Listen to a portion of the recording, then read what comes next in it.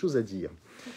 S'agissant de l'état d'avancement du projet Flaubert, nous notons dans les rapports les vives inquiétudes financières qu'engendrent les coûts de plus en plus élevés pour la ville, les nécessités d'emprunt de plus en plus élevées pour la SEM. On vote des avenants en urgence qui accordent à la SEM des sommes forfaitaires de 1 million d'euros pour couvrir des charges non couvertes par les produits. Nous comprenons mieux pourquoi vous avez tenu à ce que l'opposition ne soit pas représentée parmi les administrateurs des SEM afin d'échapper à tout contrôle sérieux. Je rappelle que les commissaires aux comptes indiquent, je cite, que le modèle économique de la SEM Sagesse est précaire et déséquilibré. Il ne faut pas cacher que ça se passe mal sur le terrain. Sur l'îlot Pichet, R+10, l'opérateur regrette de n'avoir pas prévu une clause de retrait de l'opération. Il n'a vendu seulement que 37 logements sur les 87 à 1 an de la livraison. 37 logements, tous dans le cadre de la loi Pinel. Je vous assure, ce n'est pas la mienne. Ça veut dire qu'il n'y aura pratiquement que des locataires. Il regrette de ne pas avoir prévu une clause de retrait et va donc vendre le reste en bloc à la Caisse des dépôts et consignations pour faire du locatif. Ainsi, un immeuble qui faisait partie des 50% de copropriété devient aujourd'hui à 100% du locatif. Ce qui signifie qu'au final, Flaubert sera bien au-dessus des 50% de logements sociaux. Prenez l'exemple de l'îlot Urban Park, où les acquéreurs des 37 logements vont cohabiter avec 27 logements sociaux, plus 15 logements d'accession sociale. Cela signifie que la classe moyenne qui achèterait pour habiter sera immédiatement spoliée sur la valeur de son bien le lendemain même de son acquisition. De plus, on ne dit pas la vérité aux acquéreurs. Pour nous, il y a notamment un conflit d'intérêts pour Grenoble Habitat qui construisent du social et de l'accession.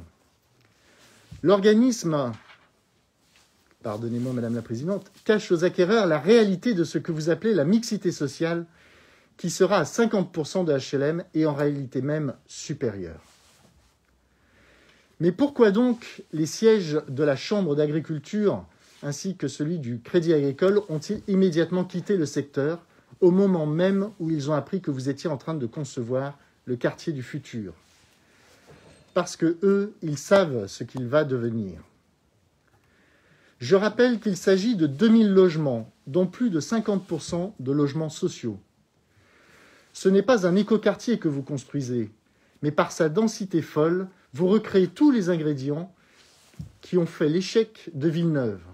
La Villeneuve sans ses atouts, qui était au départ un niveau de service exceptionnel. Que ce soit du point de vue de l'organisation ou du fond, vous ne voulez rien entendre de personne et le contribuable payera l'addition et l'habitant supportera vos fautes. Le projet Flaubert a été décidé en 2012 par la municipalité d'Estaud.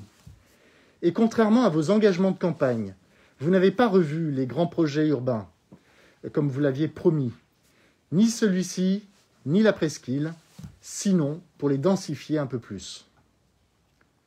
Alors, comme personne ne lit ces rapports, je signale tout de même que vous avez écrit, alors soit par un copier-coller, soit par routine de votre propagande. Mais vous avez écrit que le projet Flaubert s'élabore dans la co-construction avec les habitants. Ça ne pouvait pas être vrai puisqu'il n'y avait pas d'habitants dans le secteur, et ce n'est toujours pas vrai, puisque les premiers habitants demandent seulement que vous freiniez la bétonisation, car ils se voient tous avec inquiétude, encerclés d'immeubles, privés de soleil et de vue sur les montagnes. Ils voient des projets de terrasses festives sur le parking, à hauteur des habitations, qui leur font craindre le bruit et les nuisances dans cette caisse de résonance créée par de nombreux bâtiments. Bien entendu, on lit les poncifs habituels des urbanismes sensés. Recoudre le tissu urbain, auquel vous ajoutez votre laïus sur les forêts urbaines. Alors qu'il a été décidé en 2012, le quartier Flaubert se situe, comme par enchantement, tout à coup, je cite, dans la mouvance de la capitale verte.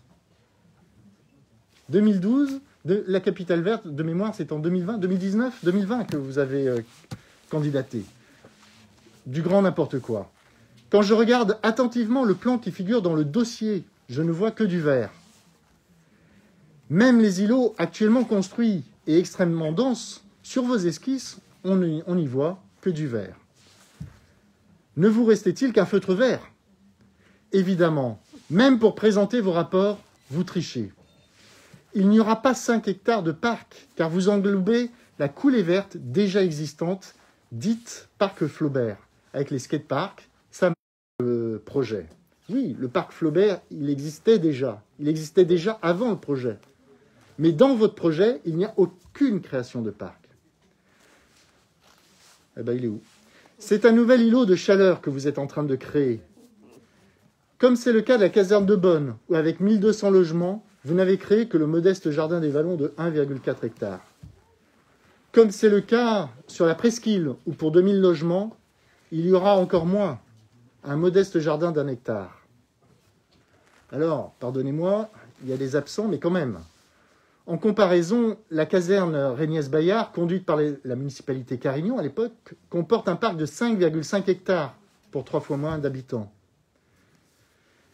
Qui a pris en compte les caractéristiques de la cuvette grenobloise si sensible à la chaleur? Qui a anticipé le réchauffement climatique dont vous parlez à longueur de temps, tout en le favorisant? Nous vous avons proposé de saisir ces opportunités pour créer des vastes fermes urbaines, afin de favoriser les circuits courts, de faire respirer notre territoire, de revaloriser les quartiers sud. Vous avez refusé toutes ces orientations et poursuivez un urbanisme qui échoue de génération en génération et que vous aggravez par dogmatisme idéologique. Alors, si je me permets de vous alerter longuement ici sur cette délibération, c'est parce que pour Flaubert, ce n'est pas fini. Ce n'est pas encore Villeneuve. Ce n'est pas encore Vigny-Musset, ou la caserne de Bonne, ou la presqu'île. Il reste des espaces non bétonnés. Ici, vous pouvez encore vous reprendre. Saisissez notre main tendue, mettez vos actions en accord avec vos paroles. Le projet s'en portera beaucoup mieux, la vie des habitants actuels et futurs également. Le sud de la ville ne poursuivra pas sa dépréciation dangereuse et tout Grenoble en bénéficiera. Merci.